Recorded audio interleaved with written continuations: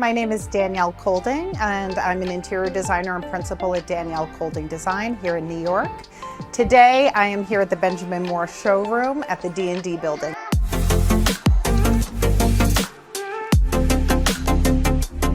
In design, neutrals play a really important role. Neutrals are everywhere. There are abundance of all white spaces, all taupe spaces, all gray. I'm a little over the gray, but that's another story. But neutrals are really important because they help sort of ground our space, and from there, a lot of times we can mix them with bold colors. They act as this neutral palette from which we can build a color story. So they tend to be really important. I am sort of getting tired of just seeing all white or all taupe or sort of just the same iteration. And I think there are so many other tones that can act as neutrals. And what I mean by that is that they're sort of the base color. They're not super saturated. They're not telling a huge story. They're acting sort of as background. But they can be a really good foundation for building a really interesting color story. For instance, I would love to see a room in a really pale olive. These shades of olive, I feel like it's such a great color that can just work with everything. And instead of being as sort of obvious as taupe, it gives you like a little something richer. It would be amazing with black. I would love to see it with like any shade of orange. There are ways I think we can still get a feeling of zen, which is I think what neutrals do, but using a little hint of color in doing it. So I'd love to see people try, something different. Now there are designers who are amazing at all white. I am not one of them, but there are people who are amazing at like layering, neutral upon neutral, and it feels really great. For me, I believe in more of a balance with color. Color can also be a neutral. I think it's about how that color serves as sort of a background, as a foundational layer, and how well it works with others. So in that instance, for me, black is a neutral. I love nothing more than black for a door, black for trim. I love black for a kitchen. It doesn't always have to be colors that are super light and airy. I believe it's really about having this sort of classic look where you can bring a lot of other colors into the mix, and it is sort of harmonious. So to sum it up, I basically think we all should be much more open and creative about how we use colors, and more open to how colors work together. What are neutrals? What are pops of color? Let's just all play.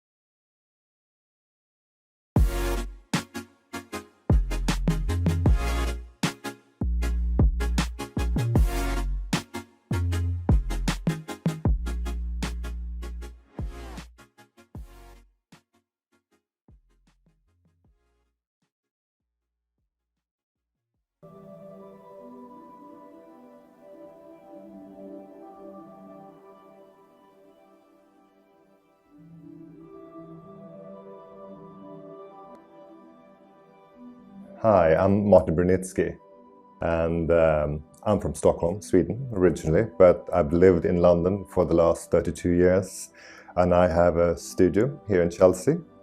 As well, I have a studio in New York, and I've had the great pleasure of working with the rug company, creating a beautiful new collection for them.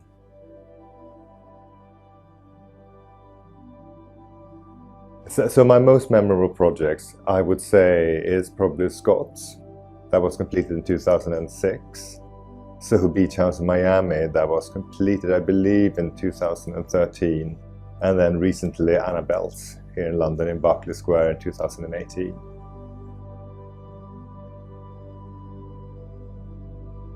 When we design any project or product, we always sort of establish a narrative, a story, what we're sort of trying to achieve.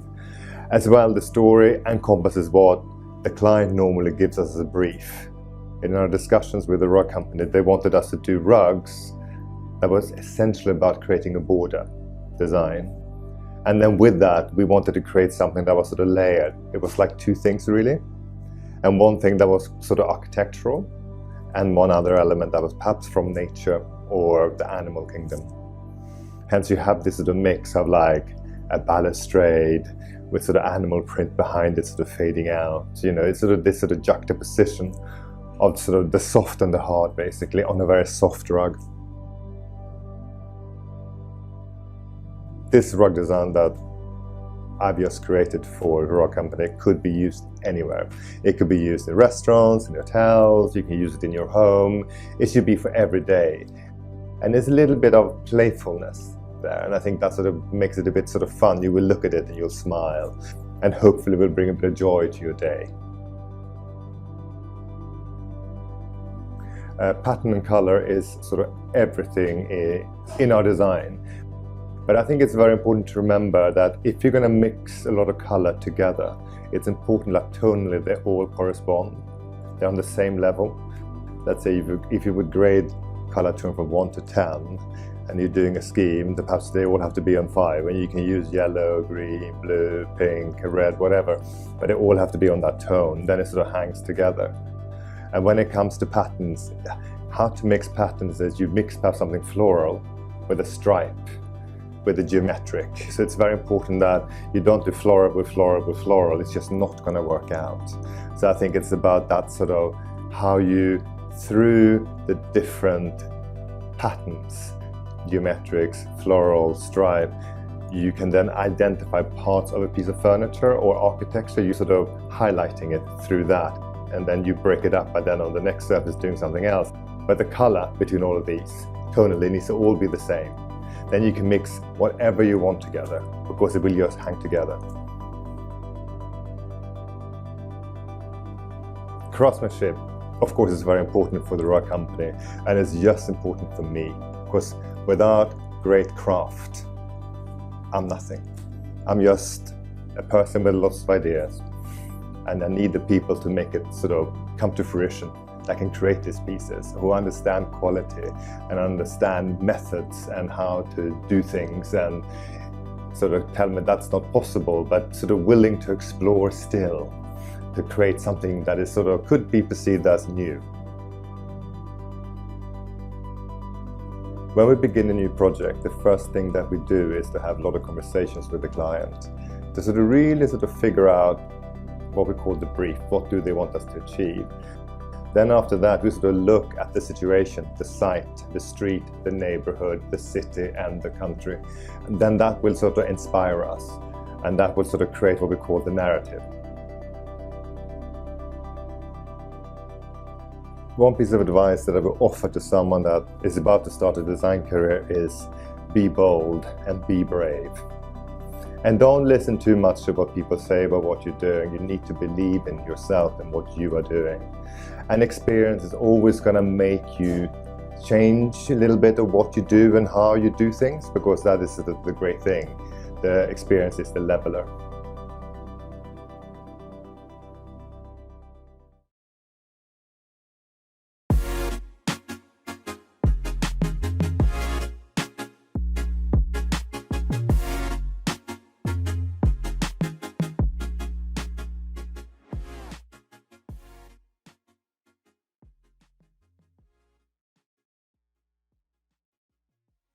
Driven, intense, thriving. Today we are in New York City, and have I got something special for you. Let's go.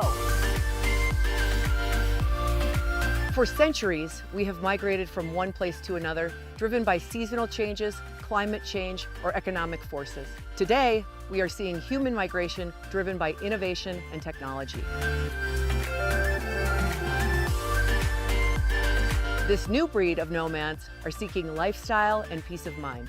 I'm your host, Julie Foppel, global founder of Realm, and I've spent my entire career in the luxury space. Together, we're going to examine the great lifestyle migration and the stewards of real estate that help facilitate a safe haven for these new residents. We are in the most dynamic housing market of all time.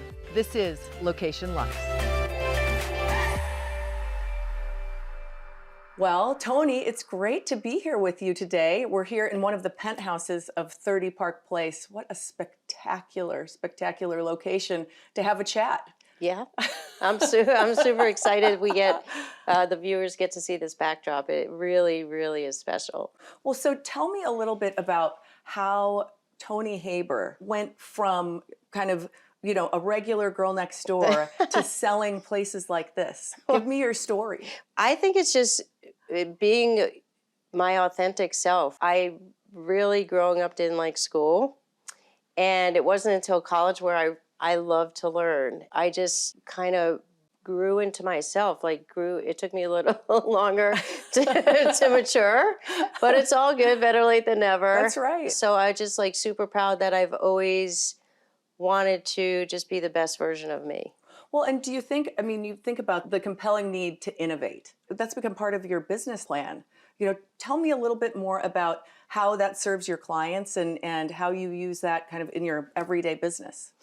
Yeah, so I feel, I didn't read the book when I first started in the business, and I love people. To this day, I still love people. And I just organically wanted to know their names and their kids' names and their dog names and really care about their daily life and what was going on. And when I'd run into them and see them, I'd remember, I'm like, oh my God, how's your dog? How's your husband? How's your wife? That's meaningful, right? That's just caring about people and being authentic. So this morning, I mean, it was amazing going to have coffee with you, and you knew every single person on the street. Well, I staged that. I was like, and action, no, just kidding. No, but so when you think about luxury real estate, sometimes it can be seen as soulless, but you've brought a soul to that. Tell me a little bit more about kind of how you interact with your clients, you know, kind of at that uber echelon. Well, if you think about it, Julie, it may look to the outside world soulless because it's like New York City, but when you get more granular with it, it's like people, their family, their homes, and so it's emotional. What the world is seeing, right when you get to know people and ask them questions, you get to learn a lot about them. It's the same for a search of a home. So you really get to asking the right questions. You get to hear about people's lives. You may see them on TV or know their name or because they're an entrepreneur or whatever. And I get to experience them on the deep level, what they want in their kitchen, what they want for their kids. You're such a force in New York real estate, but you don't necessarily shout it from the rooftops, except wasn't there one time? It was almost rooftop. It was, we were doing a shoot for the Lifestyles of the Rich and Famous, and they got the city to approve a helicopter coming from Midtown at the building, and we're on this terrace, and the helicopter's right in front of the building, in New York City, and they're like, don't look at the helicopter. I'm like, what are you talking about? That is the coolest thing of my career, this helicopter hovering in front of this building.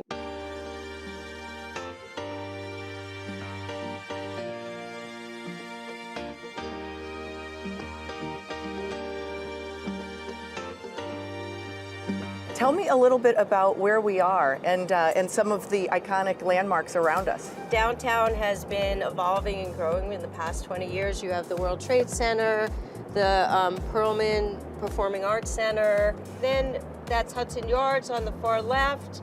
You have Midtown with the Empire State Building, 432 Park. Chrysler Building is right there. You have the East River, Hudson River. I mean, it's all here. Talk a little bit to me about the real estate market in New York. Real estate market in New York, thank goodness we've been on since 2014-15. If you look at a chart, our graph for analytical people out there, we've been on a downward cycle, and then we hit bottom fourth quarter of 2019. They were about to call it in first quarter of 20, and then COVID hit, so we went down further. So all the people that bought during this past year and a half, are going to be super happy. New York is coming back. We always come back with a vengeance. I mean, it's just such a camaraderie here and passion for this city. And so, yeah, we're on our way back, and it's super exciting. All the luxury homes that have been sitting on the market are gone. So is there an inventory shortage? Yeah, so no one has called the bottom yet. I'm going to say it's going to be called potentially first quarter. No one's even talking about it yet. The inventory is being absorbed, so we will have a shortage at some point.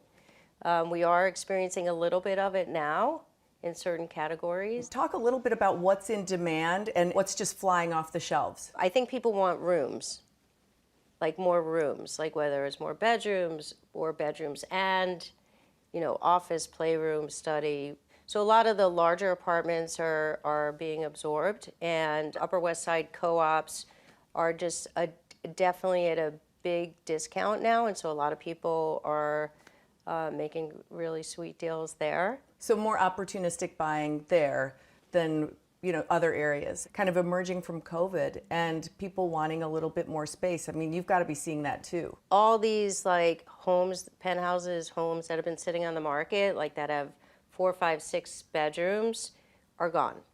But they've been on the market a year and a half, 2 years, and they're all gone. When you talk about people wanting more rooms and things like that, like it is truly, I mean, we've talked a lot about it with the flight to peace of mind, where they want to be able to have everybody in one space.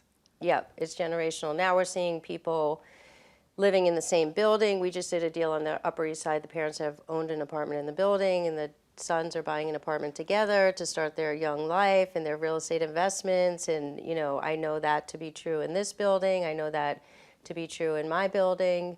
So, yeah, we're getting generational living. It's happening all over, and I think it's one of the things, as everybody was kind of, maybe saying that people were fleeing from New York. It's quite the contrary. Now people are finding ways to make New York work for them. For sure, for sure. Look, some people have left, aren't coming back. Some people left and are coming back and still maintaining their second residences. But I think, people really, really love it here. And all these deals are happening without any international buyers. The international market has just opened, and it's like, watch out, they're coming.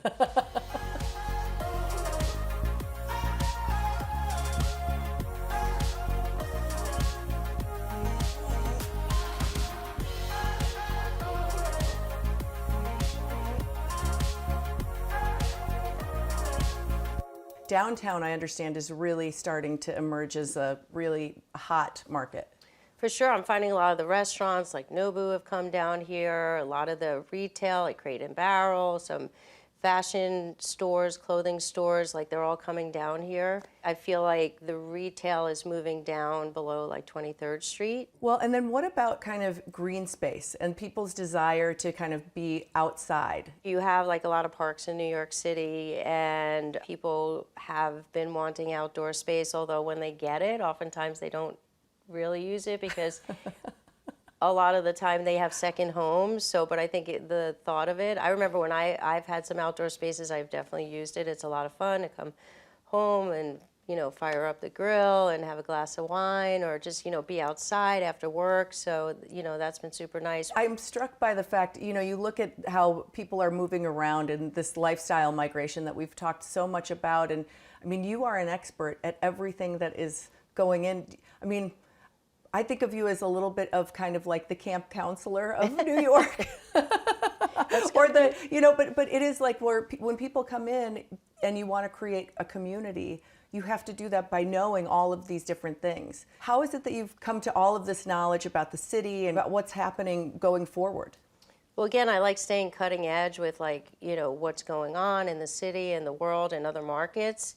I've lived in Midtown, I've lived on the Upper West Side, I've lived in Union Square, I've lived in the Village, I've lived in Chelsea, and now I'm in Tribeca. So, riding my bike or walking or taking cars or, and showing people around and understanding the buildings, the dynamics of the different neighborhoods, it's been just like fun to learn it. I mean, this is my home, this is my place. So Tony, you have really established the art of the penthouse. As a matter of fact, I love your marketing around kind of being this penthouse expert and how you did that. I mean, it was brilliant. So talk to me a little bit about, kind of what's happening with the penthouse market and where you see things going. I had a business coach, and he had us look at our business, right, for the past few years. And so how many, was it mostly buyers? Was it mostly sellers? Like, where in New York was it? What was it? Was there a certain price range? And so we're like 50-50 buyers and sellers. And then when we laid it all out on the table, I'm like, wow, look at all these penthouses we've sold. Well, I'm a penthouse expert. So that's how it happened. Like just looking at, wow, like we really have sold a lot of penthouses. Look, I think, everyone likes being on top and being the best. And penthouses offer you your own floor or only one other apartment on the floor and like a view or, something spectacular, something to say that you've arrived, something like really cool or big. And people in New York love that. Oh, What's yeah. not to love? Right? That's right. That's right. So now you're the superstar real estate broker. You're an amazing human being. You've been featured on Lifestyles of the Rich and Famous, and yet you are so humble. How do you keep that perspective when you've been one of the earliest adopters of moving from one brokerage after 25 years to Compass, which was a startup, and being amongst the first to really embrace that, or, co-founding NIRAC? I mean, Tony, the things that you have done are incredible. How do you keep all of that in perspective? I just don't like to brag. I'm not a bragger.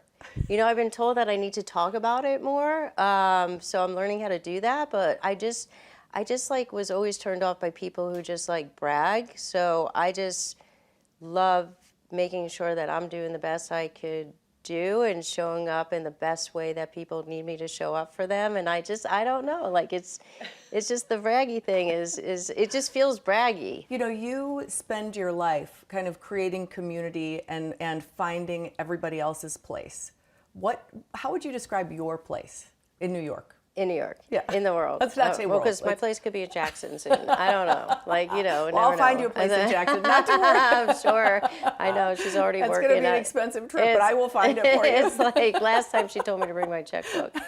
Yeah. I love the lifestyle. I get to go down and do my workout in the gym, whether it's meeting my trainer or going to a Peloton, or I have the infrared saunas. And then I love stepping outside and being able to walk to dinner and not have to get in a car. And then I can go being in a different neighborhood with a different vibe, all super close. And I just love, I can go see art, I can go to a play, I can see friends. It's just, I do love the lifestyle. Well, yeah, and you're kind of the consummate lifestyle expert here in New York, so and it's amazing. You walk down the street and still I'll walk down the street or walk home from my office and you get to discover new things, and I love discovering, I love the adventure of the whole thing. All right, Tony, thank you so much for joining us on Location Luxe and sharing with our viewers and with me a little bit about your journey and what makes it so special here in New York City. So until next time. Until next time.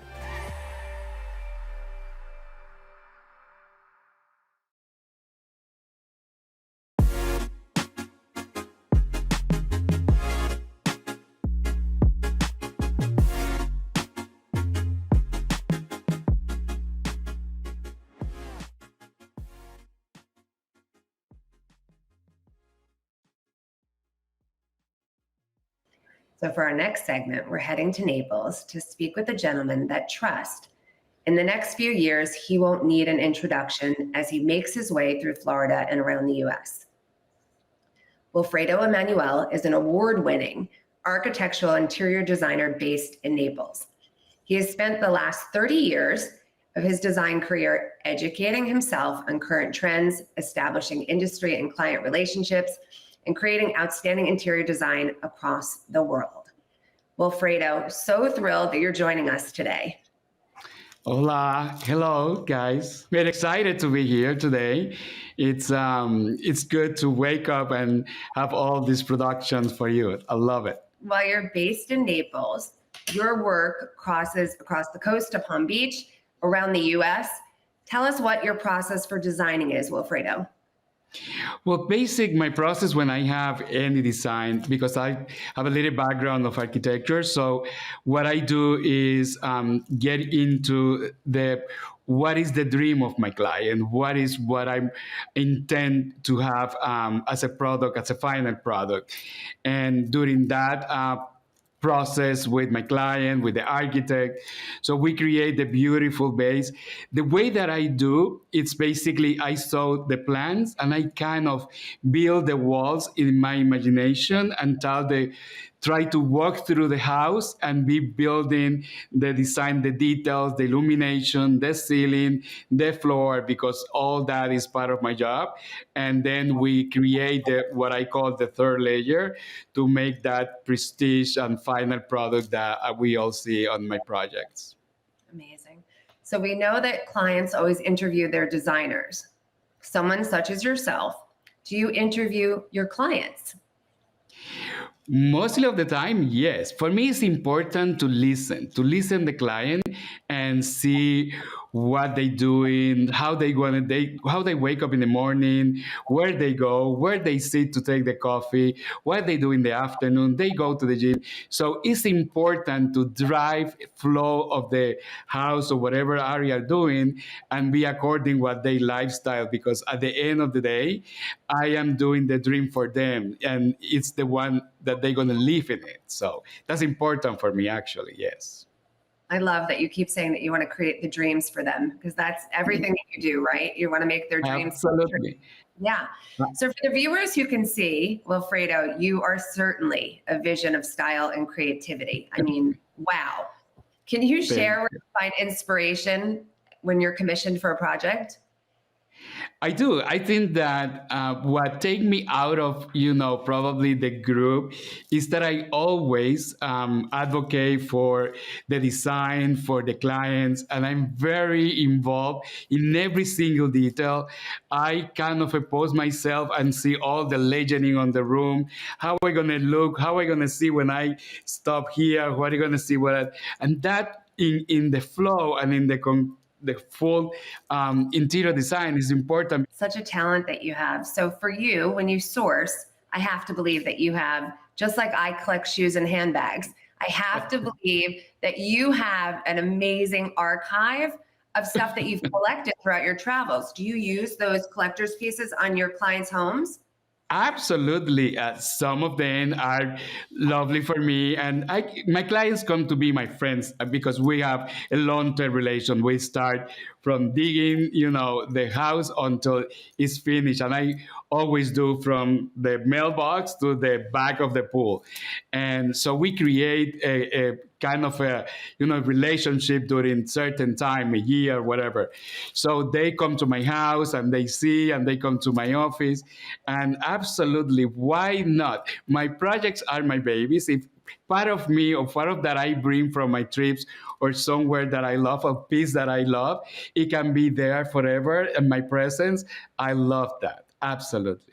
The conversation came up that you've been commissioned by a number of charities to design tablescapes for their galas. What an honor, Fredo. Can you share a bit more about this? Oh my God. We all that, I do it regularly actually for my clients, for events that they have. I prepare the tables. We do a lot of, staging for photo shoots and stuff like that.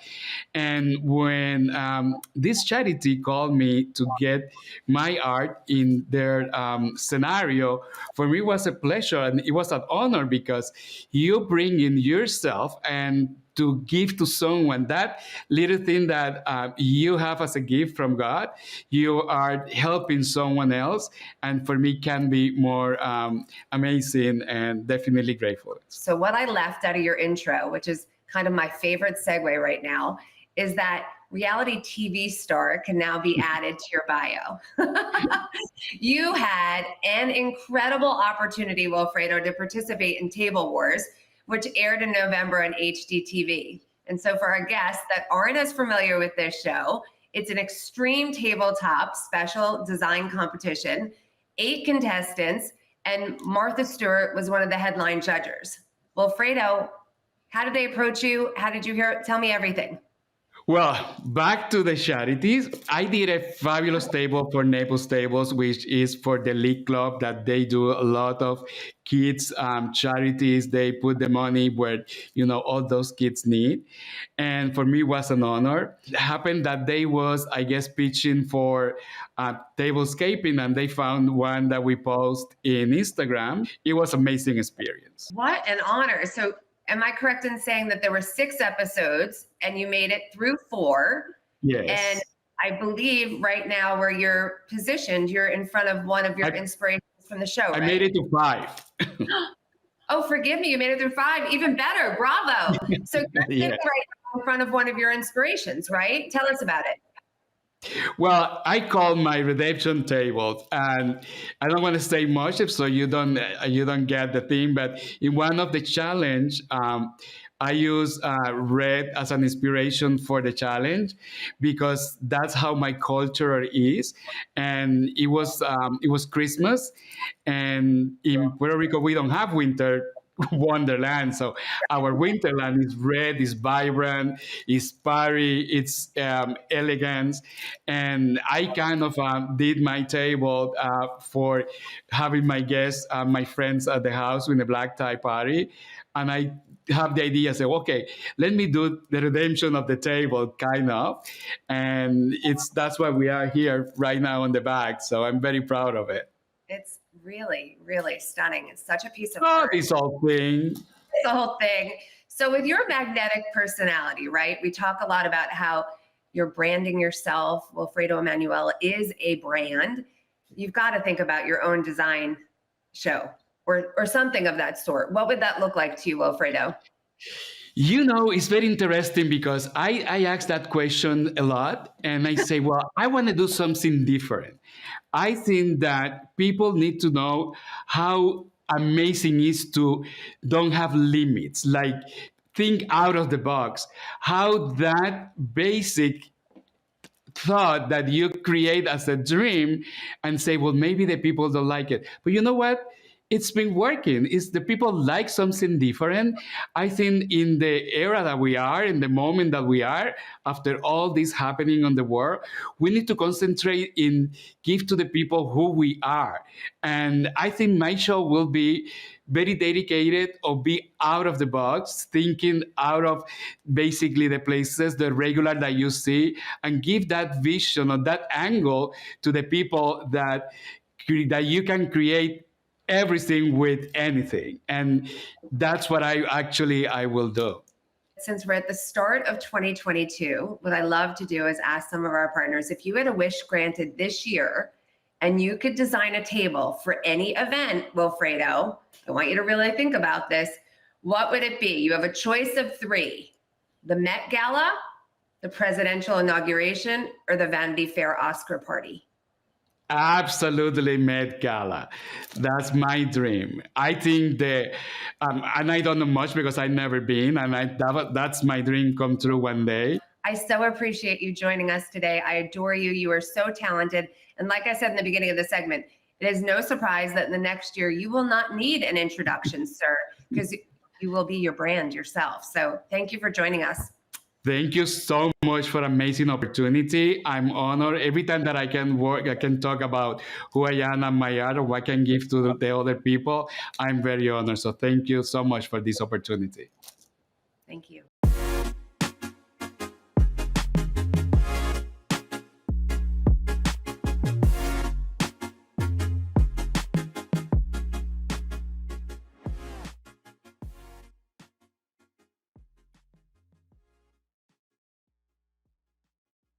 Hi there, I'm Catherine Given, Style Director at Luxe Interiors and Design. Thanks so much for tuning in today. I am very excited to be joined by 3 fabulous designers who are part of the Black Artists and Designers Guild and recently came together to launch a beautiful collection with Pottery Barn. I'm thrilled to introduce Penny Francis, Casey St. Julian, and Lisa Turner. Hi, guys. Hello. Hi. Hi. Well, first of all, congratulations on this very special collection with Pottery Barn. All the designs are they're happy, they're colorful, they're full of joy. And I know that was really the idea. But before we dive into discussing the collaboration, I'd love it if you guys can just tell us a little bit about yourselves, your background, your companies, and maybe even talk a little bit about Badge, the Black Artists and Designers Guild. So Lisa, do you want to kick it off? I will. I hate to be first, but I'll be first. My name is Lisa Turner. My company is Interior Obsession. I'm from the Beverly Hills, Los Angeles area. I'm an interior designer and I've been in the business for a few decades. I'm a member of Badge, which is the Black Artists and Designers Guild. Thank you. Thank you. Casey and Penny, you guys have a special bond, right? Yeah. Yes, my mother, my beautiful mother. You guys are in New Orleans, right?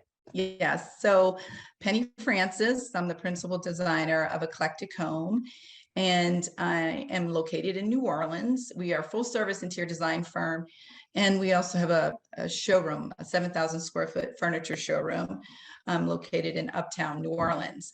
I've been a badge member for 2 out of the 3 years, but I must say that in these 2 years, I've had more exposure to experiences and opportunities than I've had ever in my 20 plus years of being a designer. Wow. That's pretty special. And Casey, what about you? When did you sort of join, or when was design kind of part of your life? Yeah, well, obviously I grew up in the design world. My mom has been doing it since I was probably in 8th grade. So I saw her launch her business, and to see it evolve to where it is now is just insane. And like she said, I mean, the exposure has been wild since basically the peak of COVID. And I was actually pregnant during all of the pandemic in the very beginning of 2020, which was right after Eclectic Home became a badge member.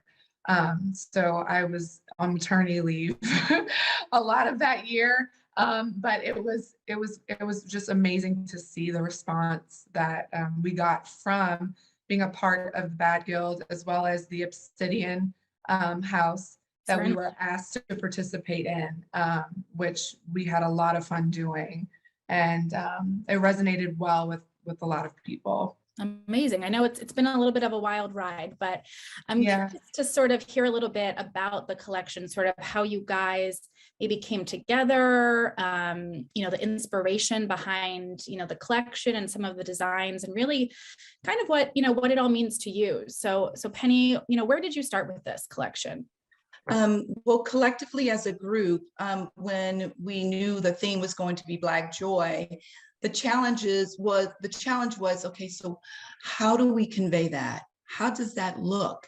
So the way that we started is that each of us collectively, we started doing some word mapping, and we started throwing out words that we thought expressed joy, like laughter and family and love and harmony and rhythm and dance. And then we started to pull together individually and share photos that we thought of, imagery that we thought that reflected joy. And what we didn't know is that, we're in the Deep South, Lisa's on the West Coast, we're been raised in different cultures, but it was the same vibe. We were coming up with the same look and feel of photos of families playing, children playing, us laughing, us gathering, always eating, always drinking, and it was just an amazing experience to see all of this come together, that visually we were all saying the same thing or feeling the same thing about what this looks like. Very cool. And Lisa, what about you? Take us through the process a little bit, or kind of what this collection means to you. Well, when it's Black joy, Black family, and Black celebration, to me, it was just a natural thing. It was like, I knew how we do it. And, most of our people, our culture know how we do it. It's like, do you guys do it like that? Or do we do it differently? So it was like, when we decided to come up with it, just like Penny said, I started gathering things, they gathered things. And when we brought them all together, it basically said the same thing. Wow. And so we knew that we were actually had it. We knew we had exactly the feeling of what we wanted to express. And then it's like, how do we show that? And that's when we decided, well, of course it had to be colorful and it had to be bright. And this is quite different from Pottery Barn's line. So we knew they have a certain, they have certain followers also. So we had to kind of adjust to that also. But then also keep true to ourselves. So in doing that, we kind of went back and forth and, where should we hit? Should it be modern chic? Should it be African modern chic?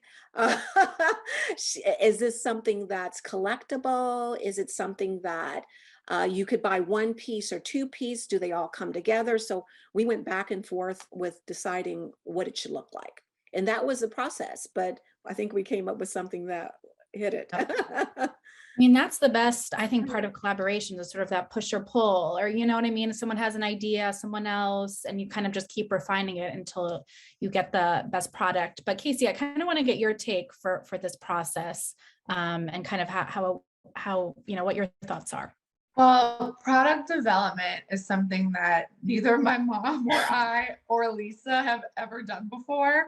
I mean, most certainly we've in the past, my mom and I, we had a wallpaper collection. We started small, like we were testing the waters a bit, like in our local area, just trying to see the response that we would get, but never something to this extent or this massive. So it was, we just dipped our toe in and we're like, okay, we're just gonna go for it. And we have no idea what the response is gonna be, but we, yeah, it was a lot of trial and error, like Lisa said. And I guess our execution kind of started out like we would do with any other design project, even though it wasn't really an interior design project, by always starting with concept and how does that concept evolve and how do we want it to reflect amongst Pottery Barn's buyers. But yeah, since it was such a conceptual thing, Black Joy, it was just like, how do you, I don't know, how do you, at first you're kind of like, well, how is our joy different? You know, I thought we all had the same joy kind of thing. Like Lisa was saying, like, how, you don't know what you don't know. And you just think we all kind of experience the same love and the same joy. But I guess with our history and our ancestors and the amount of pain and the struggle that there's been, the type of joy that emerges from that is, I guess, on a different level, I guess you can say. So yeah, I think when we were coming up with, like Lisa and my mom were saying, the imagery and the color and finding, you know, what spoke to us, especially for a spring collection, we wanted it to be vibrant and happy and timeless and not too kitschy. Just pieces that people can collect or stagger in with their existing tabletop or their bedding. There's a lot of good staples, but there's also a lot of other pieces that, you know, can mix in with people's other existing pieces. Certainly. So did you guys kind of know going in, you know, because it is quite a big collection. It hits a lot of different, you know, points, as you said, tabletop and just all over. Did you know that it was going to be quite this large and kind of have, you know, pieces where you can use it all throughout the home? Was that kind of the goal? Or again, did you not really know? Yeah. Well, yeah. Yeah, I think, you know, they had given us some categories, right? Okay. For some guidance, but I would tell you, we went so well beyond that. Once we got our rhythm flowing of what products and the designs, you know, we might have had, what do you guys say, 50 pieces, 60 pieces? It was like 10 slides of goods, like even outdoor. We had an entire outdoor. Yeah. Which I completely forgot about, by the way. Yes. Well, it's like we don't have the opportunity very often. So if we do, we overdo we going big. Yeah. We went big. Oh yeah. So but we I had will to say kind of this bring too. it back in. Yeah, and I want to say this too, when it came to what those the patterns and the textures and things that you guys see, you know, we did, once we visually said, okay, these are the words that expressed our joy, those things, those words became part of the design. So that's in the sentiment pillow and the sentiment napkins. And then we started looking at the imagery and what are the patterns. And so we went back to our ancestry, right? So that shield and the iteration of all of those shield motifs that you see throughout many of the products represented celebration, it represented triumph, it represented resilience. Hence, those names are the names of the products. So it came back full circle. But Casey's right. It was hard to stop ourselves once we started rolling. Yeah, So the we have a downfall. whole nother line that we can launch tomorrow. Yes, collection 2, right? Yes, Upcoming.